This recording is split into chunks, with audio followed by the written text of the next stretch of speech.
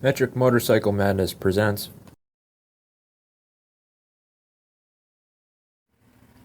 Harley segment, front and rear brake pad replacement.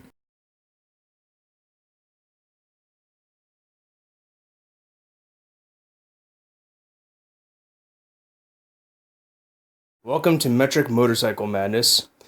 Hey guys, so today we're working on a fucking Herpy Derpinson. How about that? I know, I have a metric channel and now I'm working on Harleys. But it's okay because half of what actually goes into a Harley Davidson is all metric anyways. Pretty much. Okay, so we're working on a Fat Boy today. It's a 98 body style with an '04 Evo engine. So everything is pretty much going to be the 98 body style. For the most part, I would say a lot of the processes you're doing for metric bikes and Harleys with brakes are going to be almost identical, except with a lot of the different Harleys, there's different types of brake calipers, different setups. This Harley does not have ABS brakes, so it has DOT5 fluid in it. And it also has a single caliper and not a dual caliper in the front. So we have a single caliper here on the left, and on the right side in the rear we have a single caliper over on that end. So today No brake on that side.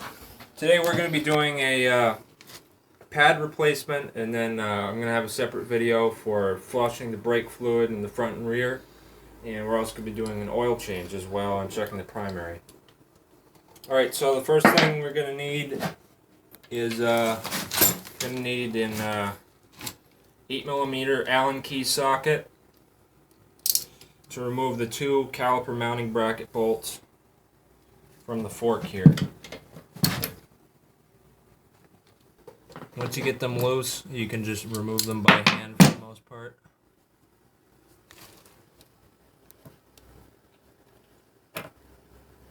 Oh, excuse me.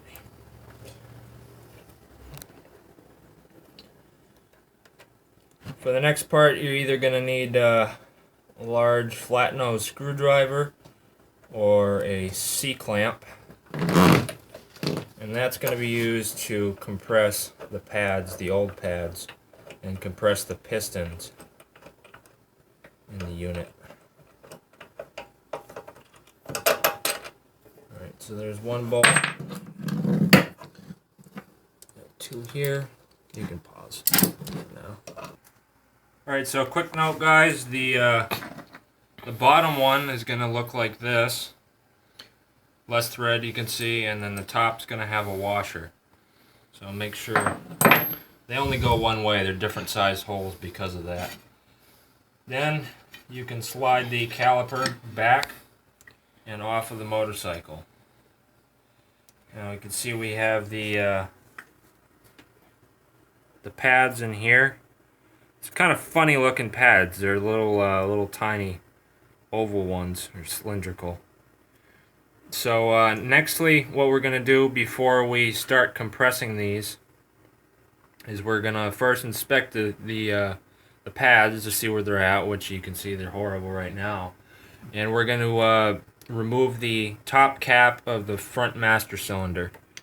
So as you can look in there, usually a lot of these will have wear marks, and they're definitely below the wear marks. They're almost right down to the metal if you look at these. So yeah, these definitely need to be replaced and cleaned up.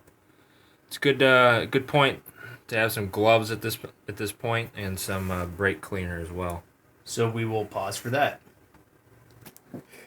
So, Mad Max, tell us why you have paper towels right under the throttle. Okay, so the reason we have paper towels here, you can also put painter's tape around, or actually what we're going to do here is throw a rag down across the tank here just to protect the paint, because for the most part, most brake fluid is going to be extremely corrosive towards paint or anything else. And now, how much does it cost to get a new paint job?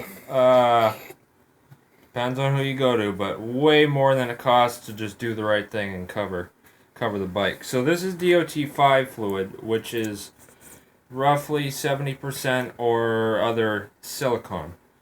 is not glycol based. DOT 3, 4, and 5.1 are glycol based, and they will almost instantly eat your paint. This is not as bad because it's mostly silicone based, but it will still hurt some of your paint and your chrome regardless, just not at the rate that it normally would, so you still need to take the precaution. So there's 2 screws here. These ones are Phillips. We're going to remove both of these. It's important if they're not backing out easy to make sure you have the correct head, and I recommend using a screwdriver that has interchangeable tips and putting some down pressure on them. And potentially impact driving them as well. That's correct. And if you can, prefer that you use a hand impact driver rather than a pneumatic for little screws like these, and less likely to strip them out. And also because DeWalt sucks. But not that really. As well. If you don't have a hand impact driver, you can use a standard screwdriver and gently tap on the top of it with a hammer as you try to back the screw out to try to remove it. These were in here just fine.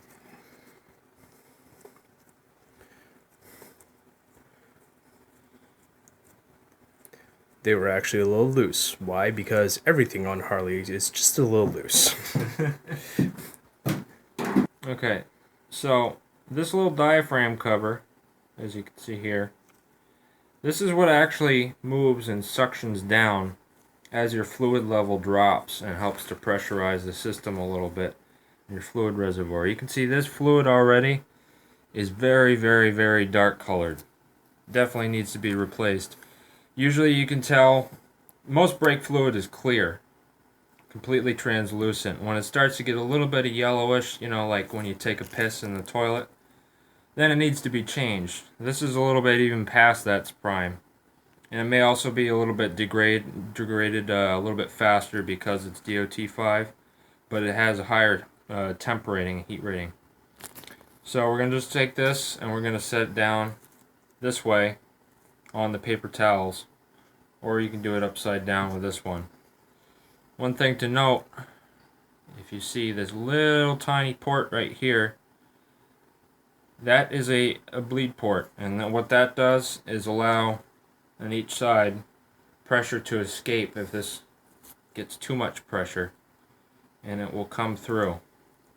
So if you notice a little bit of leakage around your master cylinder, check that and make sure that the seal is properly seated and that you haven't put too much brake fluid in your reservoir. So what we're going to do right now is just have this open, because when we compress the pistons, it's going to force air and force fluid back up into the master cylinder, and that's why we want to have the cap off. So if you start noticing that this is becoming too overfilled, you need to get in there and protect it and soak up a little bit of the old fluid if need be, as you backfill some of that. So now we're going to go down and we're going to compress the pistons and the old pads with the C-clamp in order to backfill that and remove the old ones. You're on. Alright guys, so on the back side of the caliper there's going to be one bolt here, and 8mm seems to fit on there just fine. Maybe a little bit of wiggle room, but I don't think that's SAE either. So we're going to remove this, and this is going to remove this cover plate here, as you can see. And that's going to have us remove one of these pads. Now, one thing to note, certain kits for Harley brake pads, as you can see this circle right here, that's where the spacer sat. On the other end, it's going to be where the piston goes up against it. I'm going to leave this pad in here for now, and I'll show you why in a second. But certain Harley kits, they actually sell a sticky back that you have to put on the new pad, and then there's this adhesive shit you got to put on. And what they do that for is so it actually sticks a little bit and is kind of tacky against the piston and against the other side of the caliper, and that allows it so when your brake pressure lets off, the pads will come back and they won't get extra excessive wear rubbing against the brake rotor as they go around. And it's also helpful for added ease of installation that they don't keep flopping around and stuff. It also helps their bottom line. And as we can see, this is worn a little bit unevenly, and then down to the wear mark. So we're also going to check the rotor later for run out because this looks a little bit sideways. Alright, so what you're going to do is you're going to leave the old pad in. And the reason we're doing this is we're going to use that as a blockage because we don't want to get in there with the C-clamp. The C-clamp onto the piston and start compressing it because sometimes that can be a little soft, those pistons. So we're basically just going to compress this with a C-clamp very slowly, and then we're going to check the fluid level in the master cylinder as we go. Now if you don't have a C-clamp, you can also do this with a flat blade screwdriver, and sometimes you may have to anyways just to be able to get into the caliper. So nice tool to have, guys. This is it's called a valve spring compressor. This is not meant for this. This is meant for compressing valve springs and valves in the top end of the engine. However, very, very wide, basically a C-clamp, nice attachments with a lot of space. Perfect for getting into the bottom and gently compressing pistons on motorcycle calipers. So that's why we're using this, as opposed to sitting there all day with a smaller C-clamp. You can also use a bigger C-clamp, that probably would have worked just fine. But this is also a much safer bet at not scuffing up the piston or anything. You see we made just a tiny mark on with the other one, which is fine. But because of these nice big rings that sits down to the piston, and now you can see this is seated up against where this rubber dust boot is. So the piston is fully compressed, and we've mopped up a little bit of the fluid in there. So now it's time to add in the new pads. As a note, pressure is directly correlated with surface area, or rather indirectly correlated with surface area. So the more surface area you have, the less the average pressure, which is why the nice big rings are fantastic. If you happen to notice any rust or corrosion inside, you're welcome to get in there with brake fluid, or brake cleaner. And we're probably not going to do much cleaning around here because it's corrosive and it can eat at this dust seal. And this caliper is nicely painted black. And we're going to maybe just clean up a little bit here, but not too much. And it's going to get dirty again anyways as the pads wear. So not too big of a deal. I got to get another glove. So, as a point to show how badly the brake pads were worn, this is your old set. This is your new set. Notice the nice big wide thigh gap there. No thigh gap. On. Okay guys, so this is the pad that doesn't have the holes on this side. This is going to sit down in. Make sure you have the ceramic, or I'm not sure if this is ceramic, it's probably a bimetal, facing inwards where this notch is. This facing on the outside. And it's just going to slide up and sit where that spring is. Next you're going to take the caliper and we're going to just slide this back into where it was before. The only thing you have to do is make sure that you hook. This little pin needs to hook in right where the movement is and sit there. So it's going to be a little bit loose, and we want to make sure the pad is lined up fine and that it's not going to get stuck. Then we're going to take the other pad and then place that on the other end and then re-screw the cap onto that.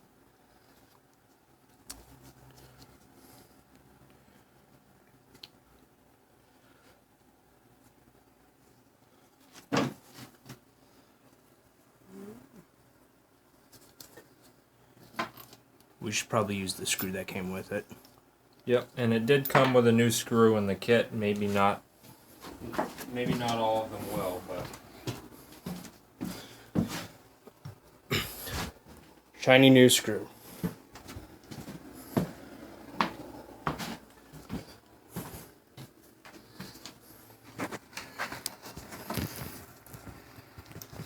this is going to sit in there right into the recess just like that and screw right into there. Note on the fact that they're your brakes and probably one of the more important parts of the motorcycle. Remember to thread the screw correctly. Yes, indeed. There's probably a torque spec on this. These are pretty small, so we're just going to do these moderately tight.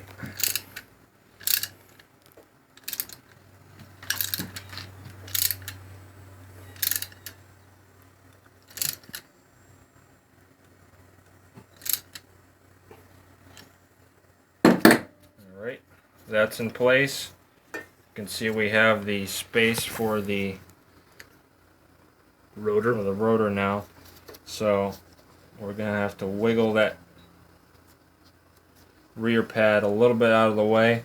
And now what we're going to do is we're going to slide it back on to the rotor. After checking to make sure the rotor is not worn. Correct. Or yada yada yada because of how the brake pads were looking. Now they do make a tool to check for runoff, which we don't have with us here right now. But you can actually, having the bike up on a jack, you can check the wheel as well, and the spokes, if you have spokes, as well as the brake rotor for runoff by having it up on a jack and simply spinning the wheel, putting a screwdriver up to it, and see if there's any play. But the easiest way to check for runoff is to look at the rotor and see if the rotor is warped, and see if it has any excessive wear, and check for the specs for the diameter of the rotor itself. And by a quick glance, there's absolutely no excessive wear on this, and there doesn't appear to be any runoff or any bends in the brake rotor. So this is going to be serviceable and just fine. A lot of what happens if you have pads that are unevenly worn on each pad, what happens is that, as we found with this rearwards one instead of the front one, it tends to move around in this bracket a little bit, and that tends to help it wear unevenly. And this is also a single piston design, so one pad is always going to have one more wear than the other, and typically that can depend, but it's probably usually going to be whatever side has a little bit more pressure on, which is probably going to be the piston end. Alright, so this is ready to go back on now and bolt on. So we need to just make sure that, again, this is seated correctly and that the pads are going to be up and out of the way enough.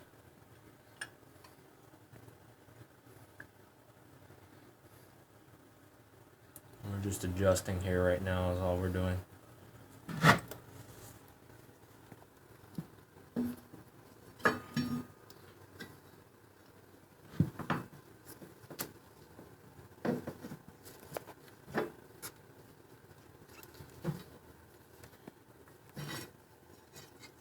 Alright, and then once you get it seated, you see that's come up there now.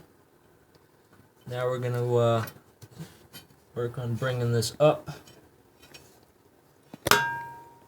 and seating this here. Note that this is going to have to pass through the other end, and that's what screws in. So make sure that make sure this is wobbly lined up. one is in place. And we're going to do the bottom one first here.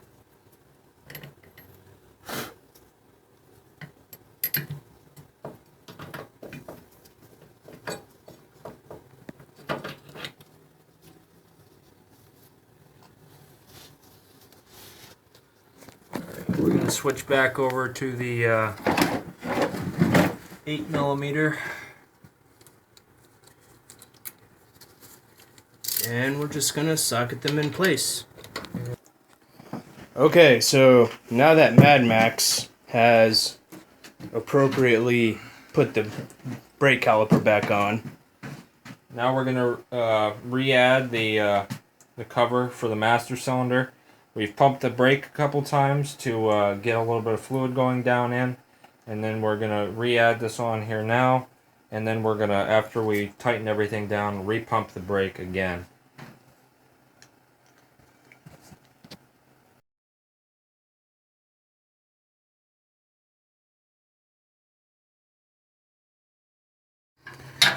Alright guys, we're back, and so what you didn't see is the fact that Harley, the back brake calipers have these T-star sockets, and they're T45s.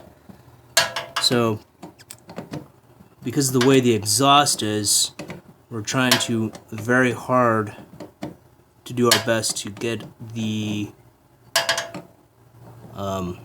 bottom screw loose without getting the socket wrench in there.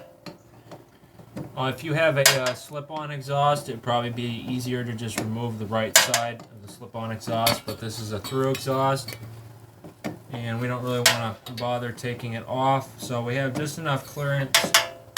We have the socket on a vise, and once you crack the bolt with the socket wrench, and I had to put a long pipe extension on this to actually be able to break the bolt, then you'll have just enough to get in there and start loosening it. This is called redneck ingenuity. The top one you should be able to reach just fine. It's the bottom one that's the main issue. Okay, ladies and gentlemen, as you can see, we finally got both of the things out, and this is what they look like. The top and bottom are both fairly identical. So now we're just backing the brake caliper out.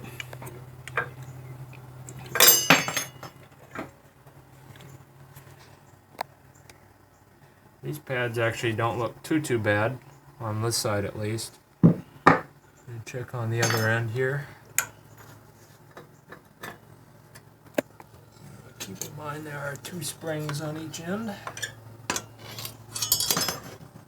But they might as well still be replaced because they're coming down now slowly. Is there any reason why the brakes should be squealing? Well, as you can see, that one's damaged at the corner, at both of these corners. So maybe there's a little bit of uneven wear on the rotor, potentially, or Something popped up in from the road and hit him. I'm thinking because of the way your rotor has holes in here, if a rock came up and got stuck in the hole in the rotor, it could have hit that brake pad, and or if it had a piece of metal and it got caught, or rock got caught in the caliper and then stayed pressed in between the pads hitting against this, that could definitely make squealing and make that noise as well. Also, these are probably partially metallic pads, so they're going to be kind of like that as well. Alright, so time to put the new ones in. Yep. Alright, so what we're doing now is we're going to put the clamp on the piston with a rag again, just like we did in the front with a valve spring. Hey guys, so we got the piston compressed down there, as you can see. Piston is nice and compressed. So we're going to get the new pads in now. Now these come with new clips. I'm going to use the new clips. And real quick, we'll compare the old to the new pads. So, not a very large noticeable wear, however, these ones have chips and cracks out of them, and are probably lower quality pads. This one's down quite a bit more. Still not horrible, but you don't want to have chips and brakes in them, and since we're doing the front ones, you might as well do the rear ones at the exact same time. So I'm going to pull these clips out. Clips are just going to sit in. This is going to face the outside towards you. That's going to face the inside. Wait, hold on. Let me reposition. We're rolling. Okay, so the pads are both identical, as you can see. So we got the bottom clip on. Top one's kinda probably gonna have to sit there until you get one of the pads in here.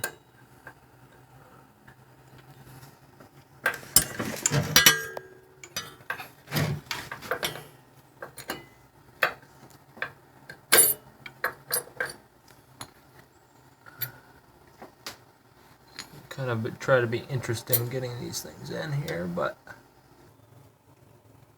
alright guys, so you want to get the back pad on first, and these little clips that sat up in there, you might have to take a pair of vice grips and crush them together a little bit and move them together a little bit closer in order for these pads to sit up in there. So put the clips in, back one on first, and then force the front one on first.